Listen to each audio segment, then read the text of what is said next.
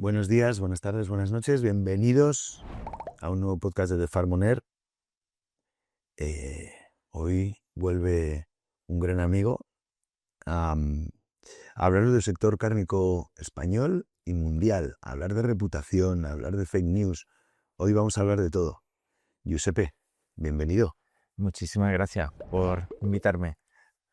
Siempre es un placer tenerte aquí. Es un placer el rato que pasamos aquí juntos, el que pasamos antes y el que pasamos después. Gracias por venir. Para mí un placer volver y sentirme en casa. Pues es que estás en tu casa. Muchas gracias. Giuseppe Aloisio es, como sabéis, director general de ANICE, que es la Asociación de la Industria Cárnica Española. Y hoy vamos a empezar hablando, Giuseppe, de la producción de la industria este año, el año pasado en España. Oye, ¿cómo ha ido? Bueno, le vamos a decir primero a los oyentes que es ANICE, ¿no? Y ahora contextualizamos un poquito más también con el sector. ANICE, como tú lo has dicho, es la Asociación Nacional de Industria de la Carne de España. Es la asociación más representativa, no la única, pero la más representativa en cuanto a número. Está compuesta por unas 600 empresas del sector cárnico español que realizan distintas actividades, desde el sacrificio de animales hasta la elaboración y transformación de la carne, no de todas las especies animales, pero las más importantes, que son las de porcino blanco, porcino ibérico, vacuno y ovino caprino.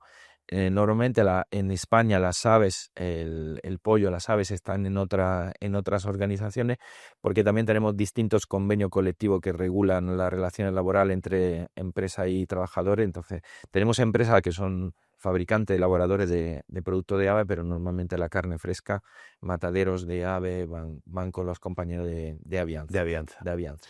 Vale. Y el sector ha ido, bueno, con un crecimiento sostenido.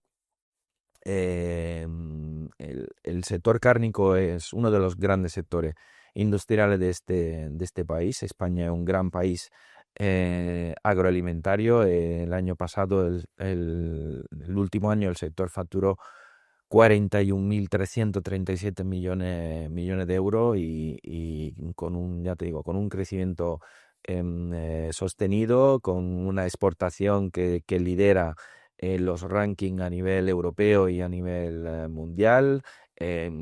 Volvimos a batir récord de exportación, porque de estos 41.337, más de 11.000 millones se exportan fuera de España. Tenemos una tasa de cobertura superior al 400%. Es un sector muy pujante, un sector muy anclado al territorio rural, un sector que emplea a más de 122.000 personas. Está conformado por más de 3.400 empresas. Es el gran sector de la industria de alimentación y bebida, el que más factura, el que más exporta y el que más emplea. Es que hay un momento en esto, porque el otro día el gobierno español invitó a una serie de actores plant-based al Congreso a hablar allí, y escuché un montón de datos que pusieron ellos encima de la mesa. Por ejemplo, desde Eura, el representante que fue de Eura decía que las externalidades del sector eran infinitamente más grandes que el beneficio que el sector daba, ¿no? Y dijo que facturábamos 9.000, que en total el sector de la carne española tenía 9.000 millones de euros, que el negocio era de 9.000 millones de euros y que las externalidades eran de 10.000, ¿no? Bueno, primero, los datos, evidentemente, los sacó de ningún sitio. Yo conmino a todos los que quieran presentar datos delante de los españoles o de cualquier país a que de verdad, por favor, chequeen sus fuentes antes de hacerlo, porque es un tema, hay muchas fuentes, hay muchas formas de presentar los datos, pero es importante que a la gente le contemos la verdad. Yo creo que este es el primer paso.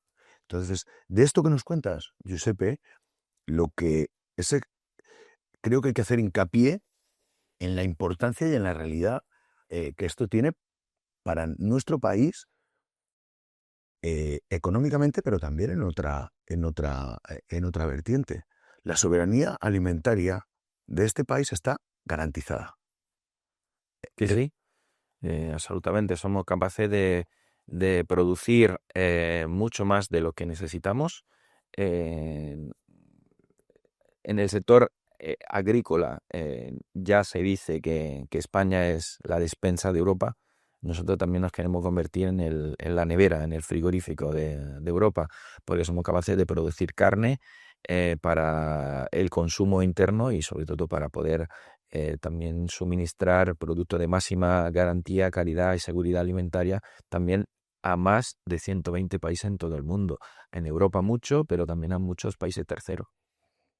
Porque es que esto es realmente de una importancia. Y yo a veces pasamos por encima de las cifras como si las cifras no fueran importantes y pasamos por encima de los datos como si los datos no tuvieran significación, no significantes, como si no fueran significantes, ¿no? Entonces, al final, em, esto lo que nos dice es que hay una industria robusta que da trabajo, que da dinero, que genera que no se vacíen un montón de pueblos de España, gracias a que hay un pequeño matadero, una sala de despiece, una industria ganadera, por supuesto, también, sosteniéndolo, ¿no?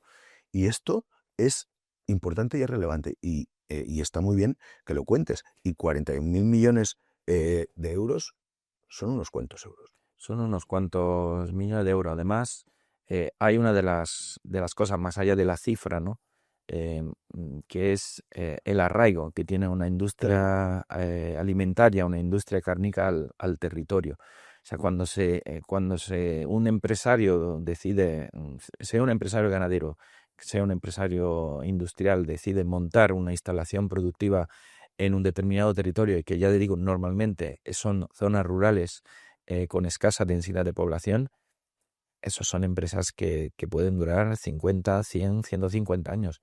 No son empresas que se deslocalizan por alguna razón económica, como sucede, por ejemplo, con la industria del automóvil, que en España sí es un gran productor de la industria del automóvil, pero una franquicia de marcas extranjeras. Y aquí, en el momento que una coyuntura favorable relacionada con el aprovisionamiento de materia prima, relacionado con las condiciones laborales, sea más favorable en otro país, aquí cierran y se van. Y se van. En el sector de la alimentación no existe digamos, esa dualidad. Es verdad que hay grandes grupos que ya están buscando internacionalizarse, pero lo hacen como Pero no sumatorio. para irse, es para ampliar. Lo hacen como sumatorio. O sea, yo ya tengo aquí mi Mi cuartel general el corazón es el corazón. y ahora voy buscando oportunidades de negocio, porque es absolutamente legítimo también en otros, Bueno, y en porque, otros y, países. y porque además, y de esto hablaremos un poco más tarde, la coyuntura europea tampoco es la mejor para buscar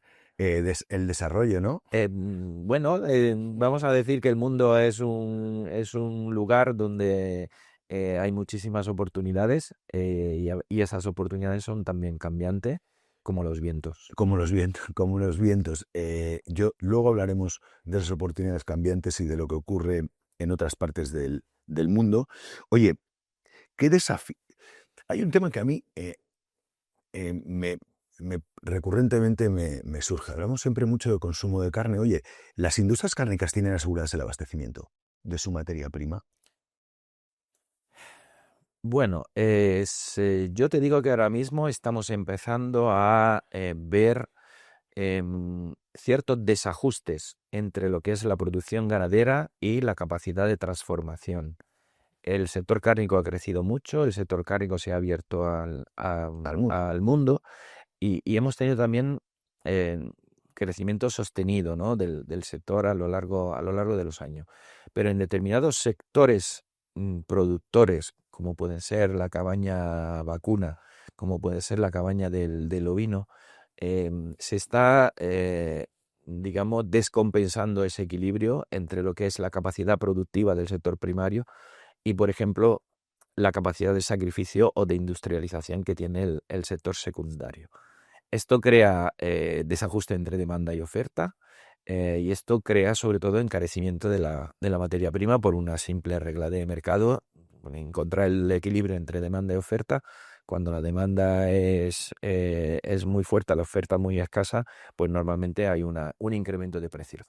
Entonces, a tu pregunta, si está equilibrado, te digo que no del todo, no del todo. La industria porcina, por ejemplo, tiene una gran pujanza exportadora y eso necesita una, digamos, alimentación del sector primario hacia el sector secundario, la capacidad de sacrificio seguramente más importante y, bueno, pues esperemos que con el tiempo se vayan ajustando porque, bueno, en la transformación de la carne más que en la exportación de animal vivo está el valor añadido, está la capacidad de crear empleo, de generar inversiones y de luego abastecer a la población, ¿no? Y al consumo Es que, nacional y mundial. es que es un tema, y yo te hago esta pregunta porque a mí me parece una locura que el argumento, no, es que en España ya no hay que incrementar la cabaña ganadera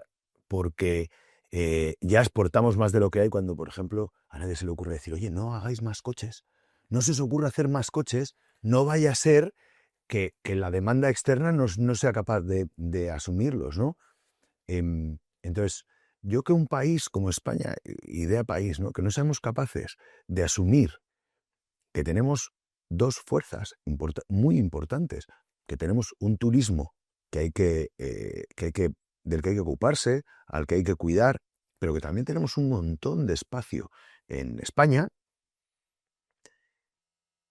muy susceptible o de verdad muy adecuado para poder, además, y más todavía, cuanta más capacidad hay, ¿no?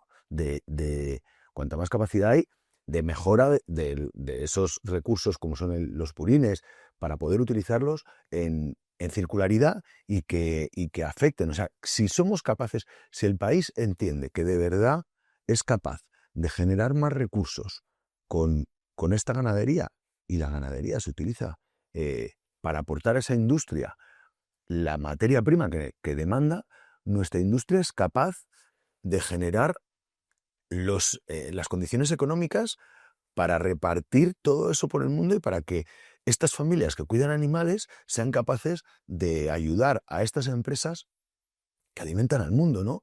Para hacer ese círculo virtuoso que es la producción animal. España es un país muy grande, como has dicho, muy, muy diverso en cuanto a territorio, en cuanto a densidad de población, y es un país que tiene un problema que se llama despoblación. Ha habido una migración constante y continua del mundo rural hacia las ciudades, con lo cual en las ciudades ahora mismo son ciudades muy grandes, donde además está colapsando el mercado de la vivienda y donde hay en cambio pueblo prácticamente muerto o con muy pocos habitantes y pueblo a lo mejor que tiene un término municipal que puede permitir la instalación de empresas ganaderas.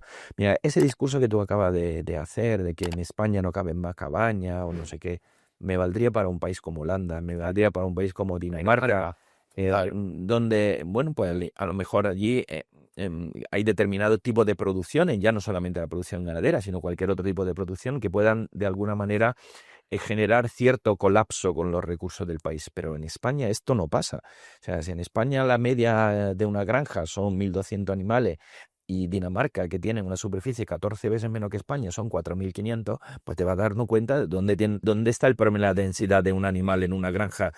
Los daneses tienen 3 cerdos por danés. Nosotros no llegamos a uno, que no digo que sea poco, pero no llegamos a uno.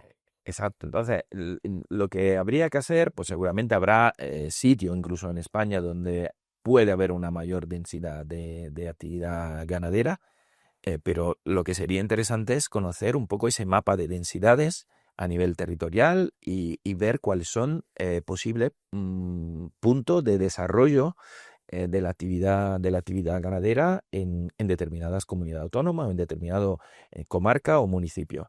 Porque al final aquí parece que estamos hablando siempre de negocio y al final lo que tenemos que dar y cambiar un poco ese discurso y tenemos que generar proyectos de vidas, sobre todo para la Claro. gente joven que quiere emprender, que quiere a lo mejor heredar un trabajo, un oficio que podría ser de sus ancestros y lo quiere hacer en el pueblo donde nació.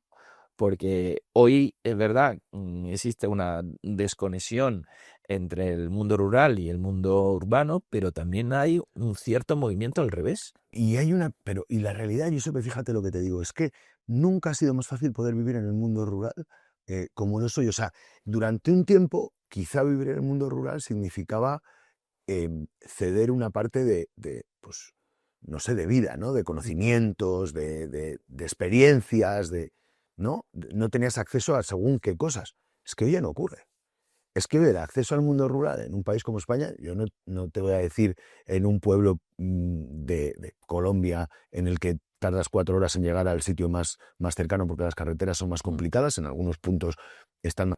Aquí en España, yo creo que no hay ningún sitio en la península ibérica que en una hora no estés en una ciudad relativamente poblada, en ningún sitio de la península ibérica, porque somos un país grande si nos comparamos con los daneses o con los holandeses, pero desde luego somos un país pequeño si nos comparamos no con México o con Argentina, ¿no? Evidentemente. Entonces, hoy no hace falta, yo creo que si generamos esas condiciones para que la gente pueda vivir en el campo sin la gente que quiera pueda vivir en el campo sin ningún problema, yo creo que esto va a ser extraordinariamente positivo para nuestra. Absolutamente, por eso al final las políticas públicas tienen que pensar, no se puede pensar en la política pública a lo que dura tu mandato político, que son los 4 años, una elección cada 4 años. Hay determinadas cosas que tienen que pensarse con una estrategia a largo plazo. O sea, si tú quieres crear movimientos para volver a repoblar los pueblos, pero no de personas, sino de oportunidades y de proyectos de vida, tiene que pensar de aquí a los próximos 30 o 40 años. Y lo que vaya a hacer hoy será bueno para esas generaciones futuras. Siempre decían que el mejor momento para plantar un árbol fue hace 30 años y el segundo mejor momento es hoy. Eso. Pues Claro. hazlo y ya no recogerás los frutos de lo que estás haciendo, porque ya no estarás en política, pero habrás generado oportunidad y habrás plantado la semilla para que esas generaciones futuras puedan disfrutar de una oportunidad y sobre todo hacer una España mucho más variada en cuanto al mapeo de población y oportunidades. Es que no puedo estar más de acuerdo. Oye, hemos hablado un poquito de España y ahora vamos a hablar un poquito del mundo. Nos levantamos cada mañana con el gobierno estadounidense contándonos, bueno, una película diferente, ¿no? Bueno, tú ya sabes que yo soy em, extraordinariamente liberal en el ámbito del movimiento de personas y de bienes y de servicios. Por supuesto, a mí no me gusta, me parece que el mundo es un lugar muy grande y lo que me ha enseñado a mí la vida es que cuanto más cerca estemos los unos de los otros, va mejor, ¿no? En este mundo de las exportaciones, ¿nos está ocurriendo algo perjudicial o beneficioso desde que ha llegado? Bueno, vamos primero a hablar. ¿Cómo estamos en las exportaciones?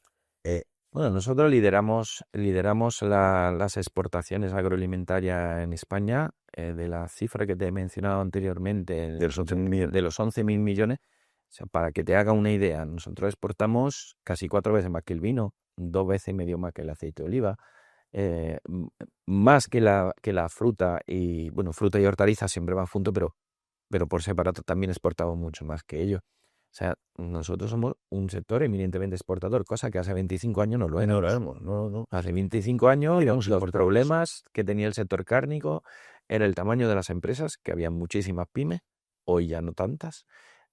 Hay muchas, pero también hay grandes grupos. Era el relevo generacional y era sobre todo la exportación. Y el abastecimiento, que teníamos que importar, por ejemplo, Se importaba muchísima carne de cerdo, por ejemplo. carne de cerdo, sobre todo de Europa del Este. Sí.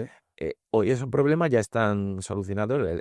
El sector exportador, el sector cárnico español, un sector ya maduro en las exportaciones, porque estamos exportando a más de 120 países en el mundo y los que quedan, porque también queremos llegar.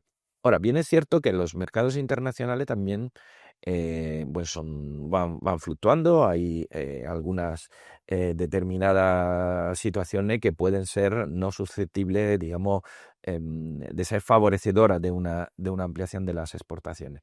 Entre otras cosas porque cuando exportamos carne, cuando exportamos subproductos, estamos muy, muy, muy sensibles al precio. Prácticamente casi todos los países grandes productores, por ejemplo, voy a poner un ejemplo, en el caso del porcino, los grandes países productores de porcino, casi todos tienen la misma raza de cerdo, que prácticamente se crían casi todos la misma raza en todo el mundo, y estamos siempre jugando con las distintas oscilaciones de precio. En un momento que por cualquier circunstancia el cerdo brasileño es más barato que el estadounidense, automáticamente, como la carne y los despojos son producto commodities, la balanza fluctúa hacia un lado que en otro. Donde se hacen las exportaciones de manera más sostenida son en los productos de valor añadido. Cuando tú vas conquistando mercado con tu jamón serrano, con tu jamón ibérico, pues ese trabajo de pico y pala que tú estás haciendo en los mercados puerta a puerta se va consolidando en el tiempo. Claro, eso es donde vas consiguiendo. Entonces, nosotros hoy en España, vale, vamos entonces a un tema concreto. La última vez que estuviste aquí estuvimos hablando del dumping de China. Correcto. ¿Te acuerdas? Donald Trump ha entrado en un pequeño conflicto diplomático y de tariffs y de aranceles con China. ¿Esto nos ha afectado de alguna manera? Bueno, los mercados luego también se mueven digamos, con una velocidad diferente que la cuenta de X de Donald Trump, ¿no? Que desde que llegó a su nuevo mandato, pues se ha convertido en el gran líder mundial, pues, pero prácticamente de todo, influyendo en la opinión, incluso en la bolsa, ¿no? Porque algunas decisiones suyas han creado verdadero terremoto bursátil. Y hoy estamos viendo que las aguas poco a poco están volviendo a su cauce. Donald Trump es un empresario, Donald Trump tiene su estrategia de negociación. Quiere entrar un poco de alguna manera como el elefante en la cacharrería, y luego ya el elefante va reculando poco a poco y va saliendo por la puerta sin hacer mucho ruido. Y es lo que está pasando con China. Se anuncia una guerra comercial y ahora ya empezamos con las moratorias. Bueno, venga, ahora yo te voy a quitar aranceles, tú me quitas aranceles, y todo se va serenando. Estas, digamos, llamadas de atención, esa acción-reacción, crea inestabilidad en los mercados.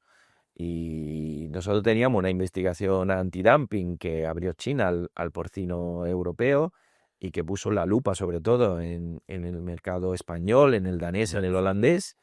Y desde junio del año 2024 hasta hoy, China podía haber impuesto aranceles provisionales y no lo ha puesto. No lo ha puesto, primero, porque entiendo que no ha visto una evidencia clara de que nosotros veníamos por debajo de nuestro coste.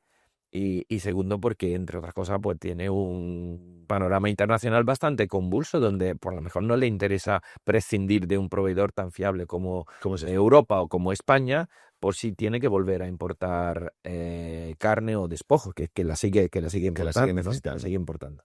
Que la sigue necesitando. Entonces, resulta que lo que ha ocurrido en estos últimos tiempos es que, porque habéis tenido, o sea, quiero decir, esto se hace seguimiento, o sea, a vosotros de repente os dice China, vamos por aquí. No, el siguiente mandato después de que os piden toda la esta hubiera sido un 5% o un 7% o un 2%, ¿no? Bueno, sí, pero al final no ha habido nada como tal, sino es más, ha habido, digamos, un movimiento más aperturista hacia nosotros, porque nosotros teníamos una lista de elaboradores que estaban pendientes de autorización y se ha ido autorizando. ¿no? Y recientemente se ha firmado la prórroga la prórroga de un protocolo de exportación de productos del porcino a China, además ampliado a los estómagos, que era una asignatura pendiente que llevábamos años detrás de esa apertura. O sea, si tú quieres ponerle trabas a las importaciones del cerdo español, Ese no es no el le vas siguiente, a, ese no es el siguiente paso. no le vas a abrir los estómagos, ¿no? Ese- Ni vas a ampliar el número de importadores. La relación con China siempre ha sido una relación excelente. Hemos demostrado fiabilidad a un gran socio comercial como ha sido China, que tuvo su problema con su cabaña porcina, con la peste porcina y todo eso. La verdad que la capacidad de autoabastecimiento de China es muy elevada, pero no es el 100%. Y hay una parte de la carne de cerdo y sobre todo de los despojos que tiene que seguir importando. Pues nosotros nos queremos posicionar Para dárselo. para ser proveedor de China, no de manera exclusiva, porque precisamente cuando China empezó a bajar las importaciones de carne de cerdo y de despojo españoles, el sector tuvo que buscar mercados Y alternativos. los ha encontrado. Y los ha Los encontrado. ha encontrado. Los ha encontrado en Japón, donde además vendemos más carne que despojo, y sobre todo los ha encontrado también en Europa. Venga, mercados alternativos. No has hablado de mercados alternativos. Mm. ¿Qué, qué, qué- cómo este movimiento? A mí me interesa mucho entender o conocer cómo las empresas, la industria cárnica, ostras, qué a mí me gusta mucho el funcionamiento de las compañías, ¿no? Y me gustan mucho las compañías que reescriben su historia y que de repente toman decisiones y cambiar un mercado es una decisión. O sea, en mi casa lo sabemos, o sea, es una decisión jodida. ¿Cómo, perdón, cómo se hace ese, o sea, qué está pasando con esos mercados alternativos? ¿Cómo se descubren? ¿Cómo ayudáis a los industriales a que lo vean? ¿Cómo se hace todo? ¿Cómo es todo este movimiento? Nosotros tenemos un mapa donde tenemos nuestras chinchetas y chinchetas de distintos colores, porque aquí está abierto el porcino, pero no el vacuno, aquí está abierto el ovino, pero no el porcino. Entonces, desde, por ejemplo, organizaciones como ANICE, lo que hacemos es instar siempre a nuestro gobierno hacia digamos, el estímulo y la apertura de nuevos mercados.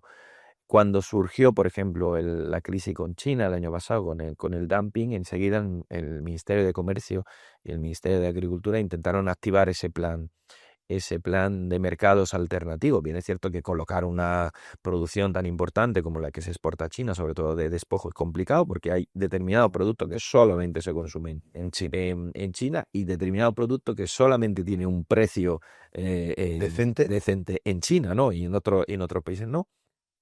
Pero a pesar de todo eso vaivenes, las exportaciones siguen creciendo. Seguimos aumentando presencia de productos españoles en distintos países. Y bueno, la apertura de un país requiere sus procedimientos. Ahí necesitamos un acuerdo con el país, a veces ligado a un acuerdo de libre comercio que firma la Unión Europea con el país en cuestión. Después tienen que venir los auditores a auditar las plantas, homologártelas.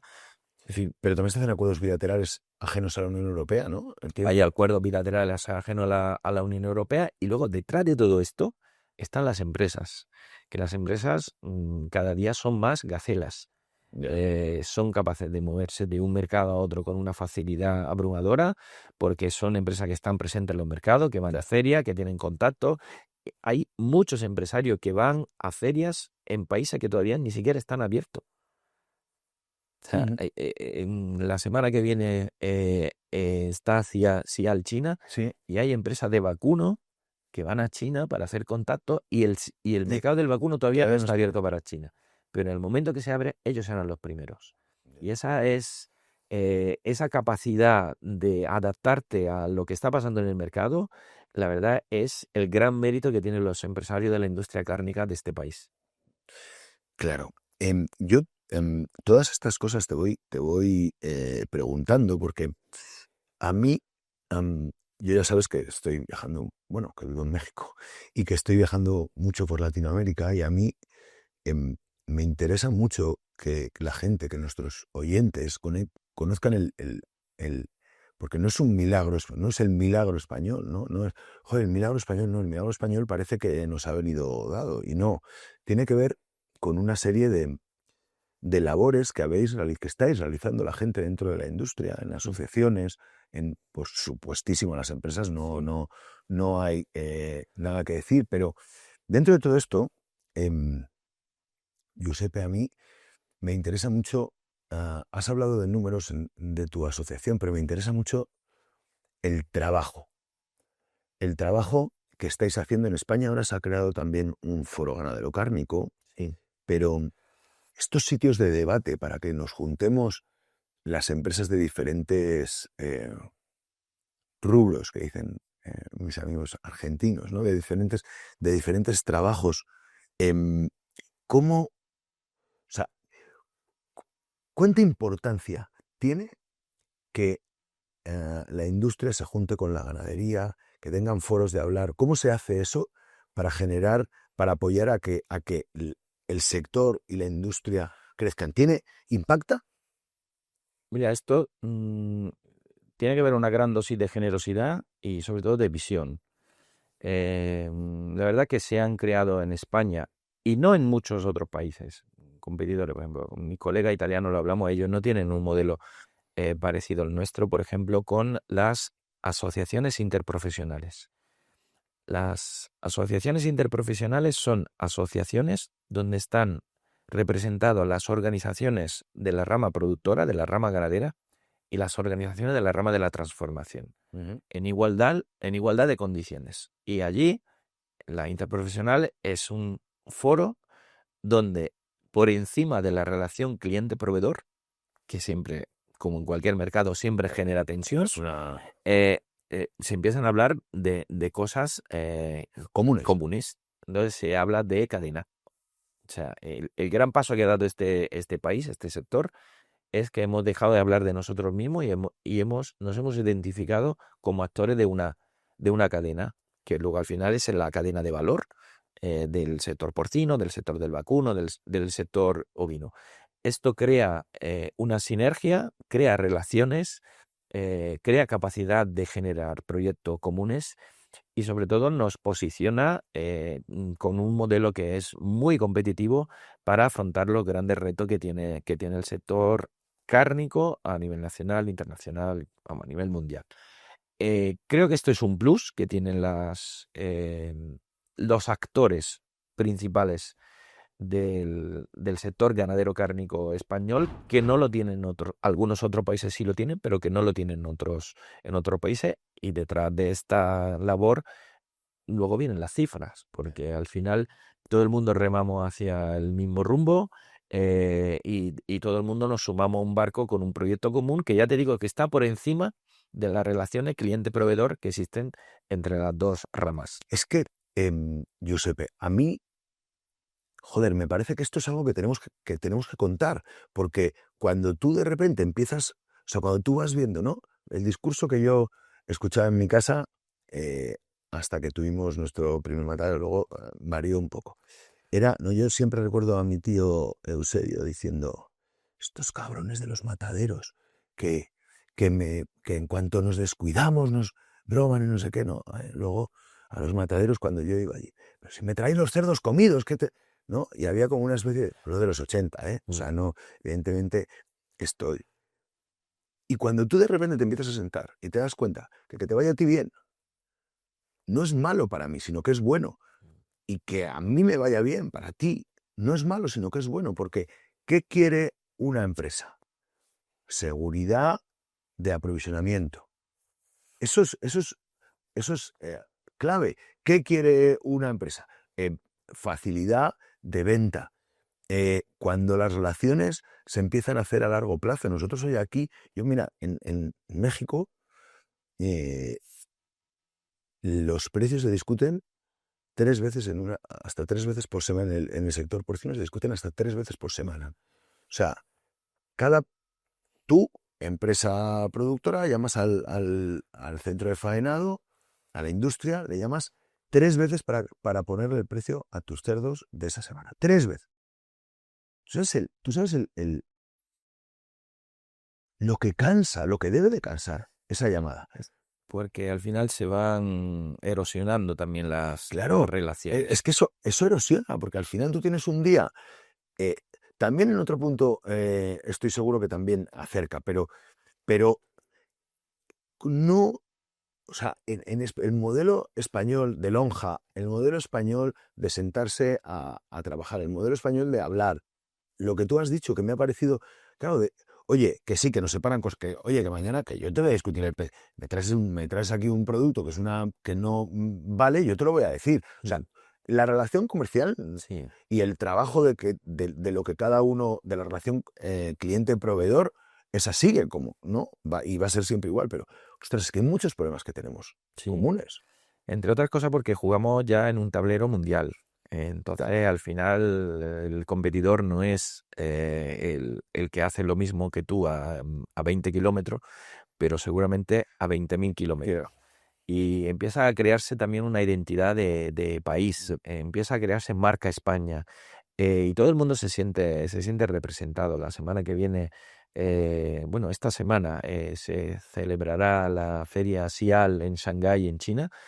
Van veintitantas empresas, por ejemplo, del sector del porcino, irá también el cerdo ibérico, irá también el vacunos, quiero decir, y todos, o sea, los 20 que van en un mismo pabellón son todos competencia entre ellos.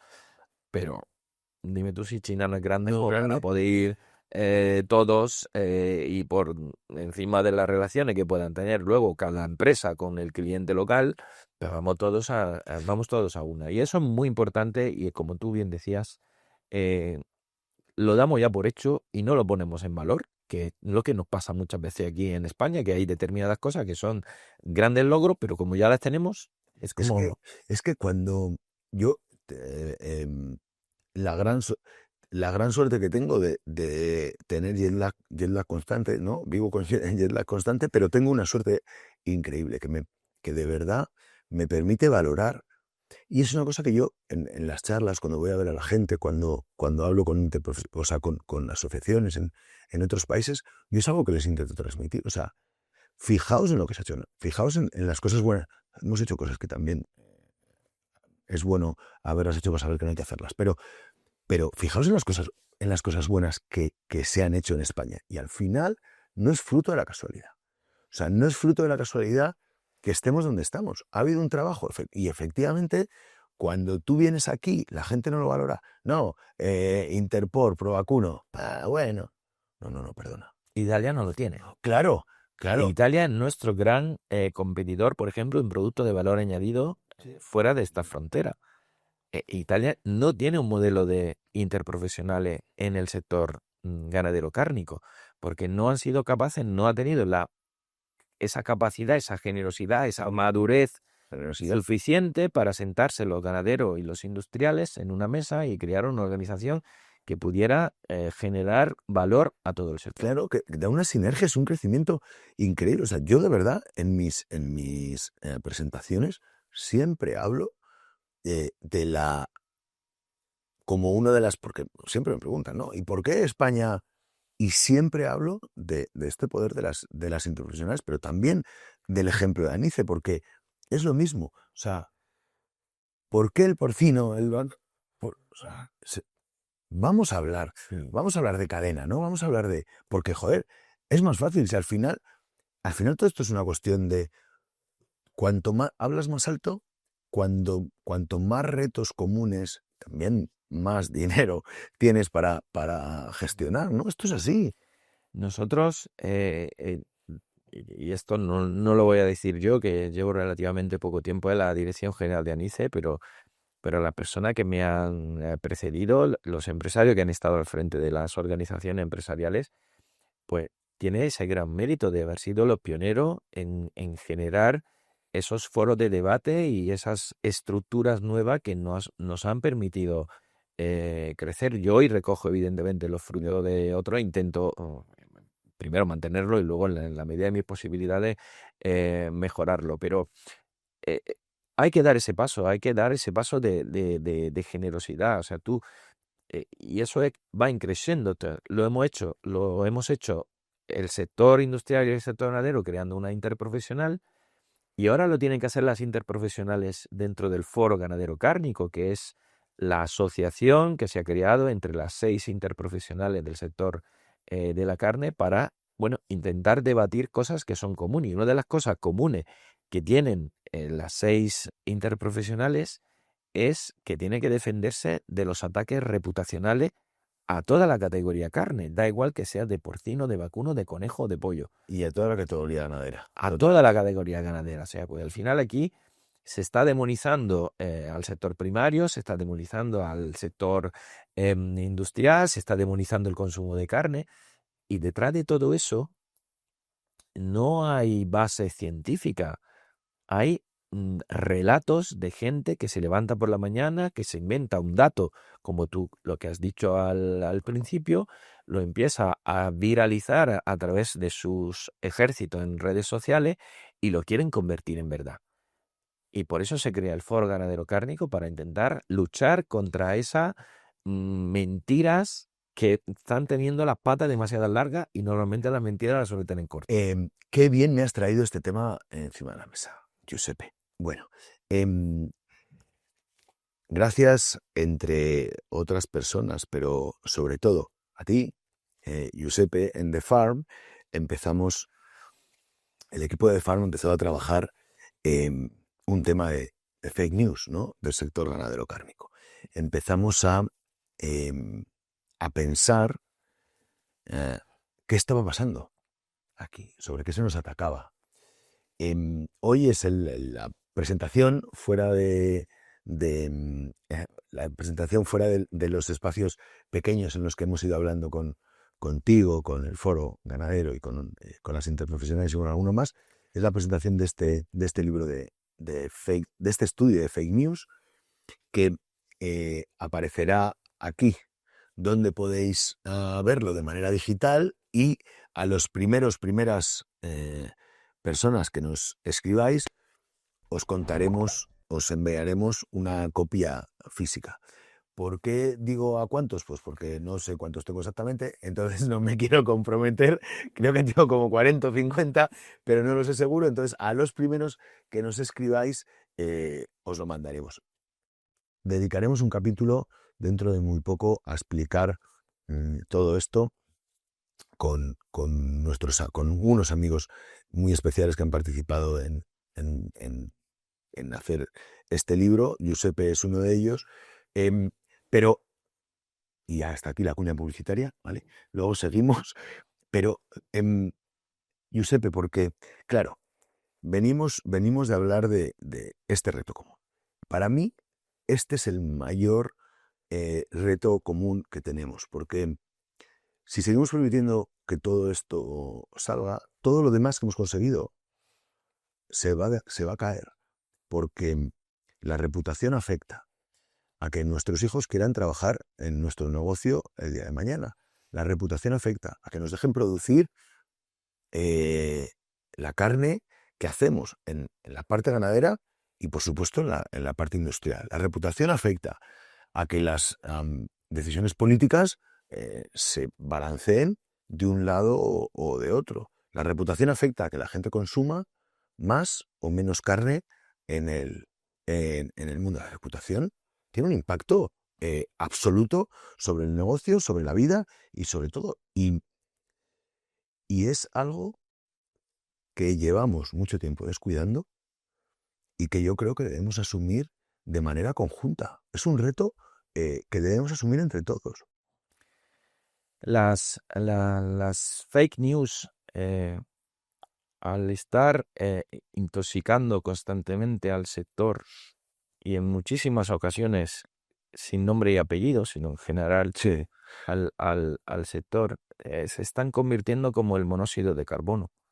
Es algo invisible que te va matando poco a poco y que tú ni siquiera te estás dando cuenta.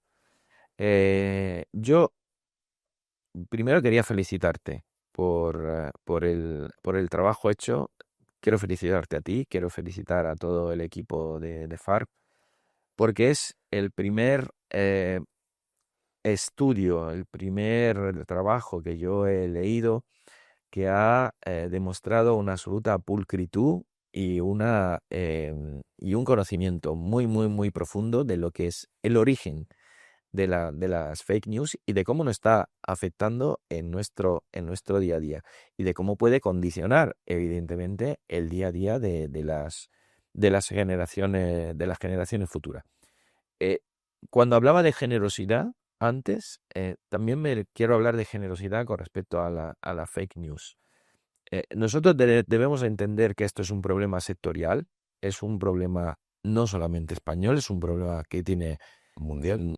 prácticamente afectación a nivel mundial, sobre todo donde la alimentación ya no se considera solamente un medio para subsistir, sino también una experiencia de placer. Porque en determinados países donde todavía una parte de tu sueldo, de tu salario, tiene que dedicar a la alimentación, evidentemente, la alimentación tiene digamos, un nivel de preocupación muy Mucho mayor. alto y entonces tiene que cubrir necesidades básicas. Hoy, cada día comemos menos para alimentarnos y más para experimentar emociones. Y como vivimos en una sociedad irracionalmente emocional, nosotros tenemos que cuidar todos los mensajes y tenemos que, sobre todo, recuperar nuestro relato.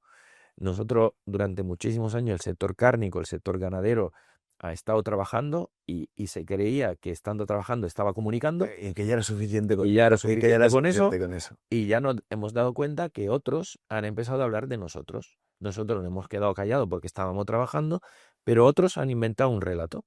Y se han inventado un relato con las emisiones de la ganadería, se han inventado un relato con la sostenibilidad, un relato con el medio ambiente, un relato con la salud. Entonces, todas estas cosas que son los pilares básicos de la proteína animal en la alimentación humana están empezando a desmoronarse porque otros han cogido la delantera y están liderando discursos que no son discursos que tienen ningún fundamento científico, que detrás de todo esto hay mucho dinero y mucha ideología. Y esto hay que dejarlo Claro. absolutamente claro. O sea, detrás de una decisión de reducir el consumo de carne en los comedores escolares, no hay un criterio científico, sino un criterio ideológico. Y es un criterio ideológico, además, muy pernicioso, porque en los comedores escolares,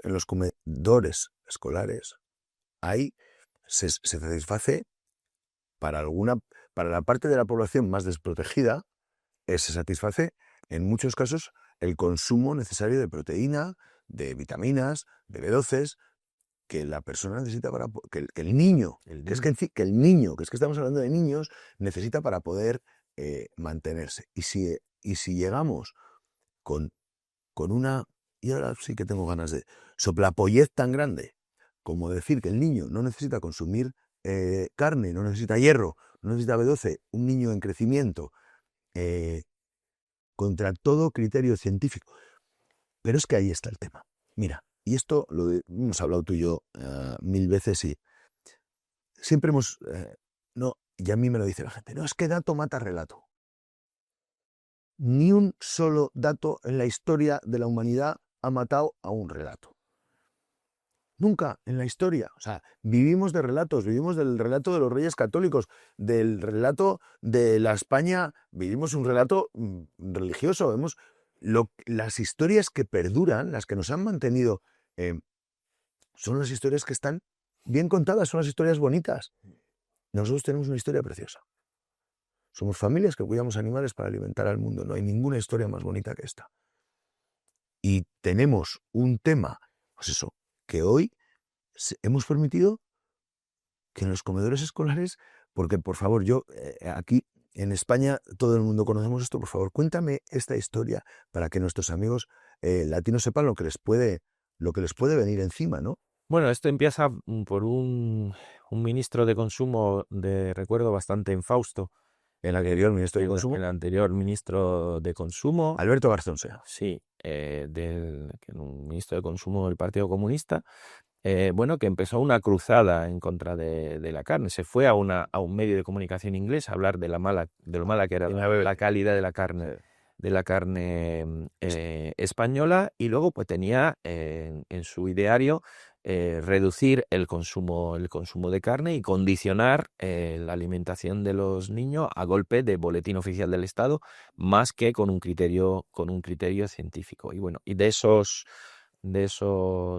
polvos vienen estos lodos, porque hace poco el gobierno de España ha aprobado un decreto donde se regulan las recomendaciones de ingesta de determinados alimentos en los menús escolares. Y donde la carne dice que se puede comer hasta 3 veces por semana, regulando el cero. O sea, que entre la posibilidad de que hay de incluir la carne en los menús escolares está también el cero. O sea, regula los menús vegetarianos, solamente de proteína vegetal, pero en la carne te dice consumo hasta 3 veces, carne procesada una vez al mes, o sea, que un niño puede comer salchichas solamente una vez al mes, y incluye también en el cero. Detrás de ese decreto no hay rigor científico, aunque ellos Sí, sí. dicen que sí, ¿no? Pero nosotros en el proceso de construcción de ese Real Decreto presentamos alegaciones al Consejo de Estado, presentamos un documento de 16 páginas con hasta 41 referencias científicas que indicaban la necesidad de incluir la proteína animal, sobre todo en los niños de corta edad, porque en ese momento es cuando el niño necesita la proteína animal, los aminoácidos esenciales que solamente la carne contiene, y las vitaminas que solamente la carne contiene, determinada vitamina que solamente la carne contiene en cuanto a biodisponibilidad, que permiten el crecimiento neurológico y físico del niño. Pero claro, aquí hemos dado por hecho que un niño con 4 años, van los padres y dicen, no, es que mi hijo es vegano. No, perdona, el que vegano eres tú. Tú, Le claro. estás condicionando la alimentación del niño a determinadas cosas. Y luego hay otra cosa que tú lo apuntabas antes. En muchas familias desfavorecidas, la comida del comedor escolar en los comedores públicos es la única comida equilibrada en el día que puede hacer un niño. El resto del día, desgraciadamente, por los escasos recursos económicos que puede tener la familia, no sabemos lo que come el niño. Entonces, ¿le vamos a privar de la alimentación más equilibrada que pueda tener el niño en el comedor escolar? Porque por ideología nos hemos inventado la historia de que es mejor ingerir la misma cantidad de selenio en 1 kilo y 200 gramos de garbanzo que en 100 gramos de jamón serrano. Esa es la proporción. Claro. La cantidad de selenio que tiene Necesario. 100 gramos de jamón son las mismas que tienen 1,2 kilos de garbanzos. ¿Qué hacemos? Esto es absolutamente ¿Qué hacemos? fuera de toda lógica. Pero, ¿sabes qué pasa? ¿Sabes quién está contando el? Es que aquí, claro, cuando tú entiendes la fuente, ¿no? Y entiendes que el Guardian y que Alberto Garzón hoy, porque Alberto Garzón, dentro de toda esta historia, en su boda pone chuletón, ¿no? Que Sí, todo esto, lo puso. que todo esto es así. ¿Por qué? Porque estamos hablando de una trama política financiada en la que pretenden que tú sigas una ideología que ellos no siguen, en la que pretenden que el Estado regule cosas que el Estado no debe regular, en el que al final de lo que esto va es de permitir que mi individualidad, que mi toma de decisión esté en manos de otro y que la responsabilidad de mi vida no sea mía, sino que la ceda a un tercero. La responsabilidad de mi vida es mía y necesito informarme y necesito tener conocimientos. Para eso nosotros tenemos la obligación de dárselos. Nosotros como industria debemos dar esos conocimientos para que la gente pueda aprenderlos, ¿no? De eso se trata, de eso se trata. Se trata de rescatar la verdad en todo esto. Totalmente. Se trata de evitar que la mentira se viralice con una velocidad increíble. Churchill decía que la mentira había dado la vuelta al mundo antes de que la verdad se pusiera los pantalones. Nosotros tenemos que combatir eso porque es el gran mantra que está en las redes sociales son la verdad. Los jóvenes, el 97% de los jóvenes se informan a través de TikTok. Entonces hemos visto que el 98% de la información en TikTok sobre nutrición, sobre alimentación, está formada por noticias falsas o inexactas. Claro. Solamente el 2% corresponde a verdad.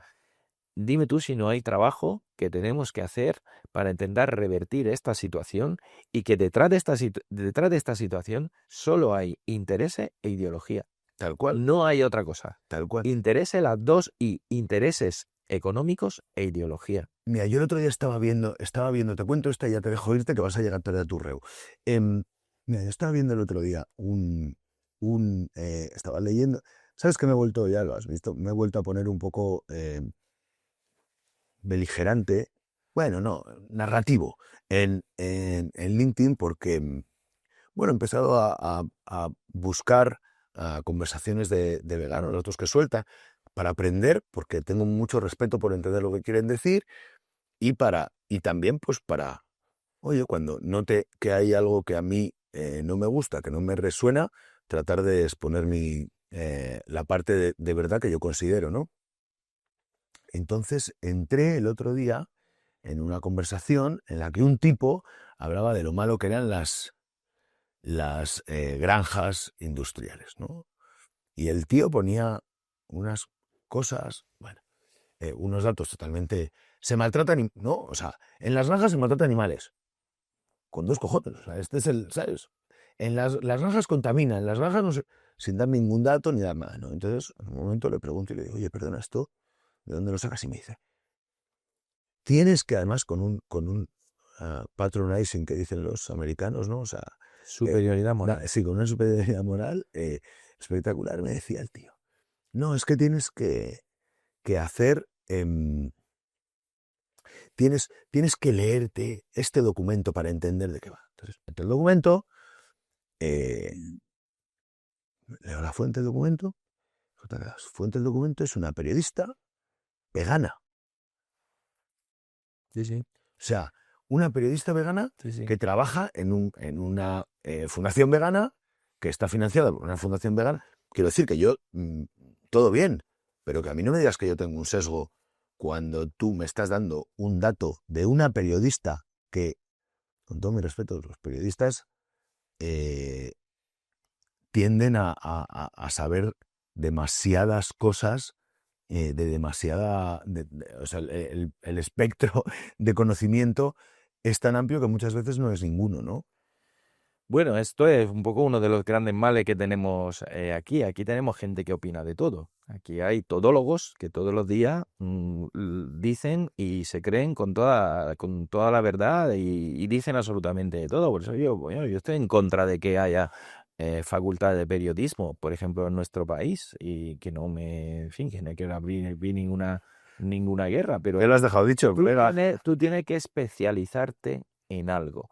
Me da igual que sea física cuántica, que sea agroalimentación, que sea nutrición. Y, oye, y si luego quieres, además, escribir y aportar con tu legado, pues entonces ya te hace tu máster de periodismo, no sé qué, no sé cuánto. Pero esto de que mm, en la facultad de periodismo te enseña un poco la estructura de la información y tú ya eres de lo que tú quieras, pero no eres absolutamente experto de nada. Entonces, pues yo creo que también hay que cuestionar ese modelo. A mí me gusta escuchar opiniones de expertos, pero es que veo un telediario y un experto es un chico con 26 años desde el salón de su casa. Y así hay telediario con intervenciones. El experto, pero bueno, ¿qué experto? Ya, a ¿Dónde mí, están las caras de los para mí expertos? esto, para mí esto es extraordinariamente relevante. Vivimos en un mundo en el que opinión y conocimiento se han igualado en la mente de la gente. Entonces, el conocimiento, no ha habido un incremento o sea, no ha habido un incremento de valor o sea, de la opinión, sino que simplemente lo que se ha hecho es bajar el valor del conocimiento, ¿no? Y entonces un tío se cree que, no, pero esta es mi opinión. Caballero, me va a disculpar. Su opinión es absolutamente irrelevante en este tema en concreto que estamos hablando. Usted puede tener opinión, no, es que la fruta, es que los zumos de fruta generan cáncer de colon. Eh, Punto, ya está. Y allí, no, es que lo he leído en no sé. Caballero, discúlpeme, sí. hay mucha gente estudiando cosas de manera relevante, su opinión,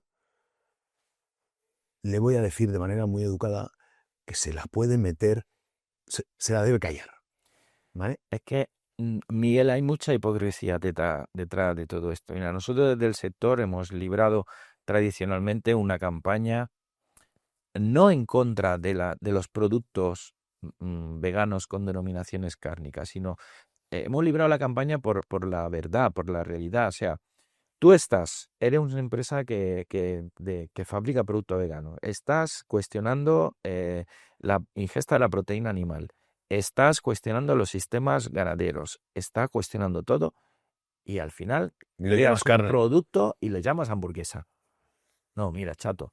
Esto, si es una verdura, lo que primero tenía que estar en el lineal de la verdura y no ocupar el sitio al lado de mis hamburguesas, que están regladas por un decreto que le dice que carne picada más pez. O sea, detrás de todo esto hay hipocresía y detrás de todo esto hay negocio. Y hay que luchar contra eso, hay que ganar una batalla reputacional y sobre todo, y muy seriamente, apoyarse en la ciencia, que yo creo que es el gran ingrediente Desde que luego. a toda esta salsa necesita. Yo estoy de acuerdo, debe ser el origen. Oye, me dejo un montón de cosas que hablar contigo y quiero hablar contigo. Me gustaría que también mire Ignasi y quizá Miguel Ángel si quiere venir, pero me apetece que presentemos esto juntos un día, así que no te vayas muy lejos, que un día de estos Aquí estaré. te voy a hacer venir. Aquí estás. El que se va lejos eres tú Una y vez, vuelves. una vez más, es un placer tenerte aquí. Igualmente. Muchas gracias, Miguel. Muchas gracias. Hasta la semana que viene. Hasta luego.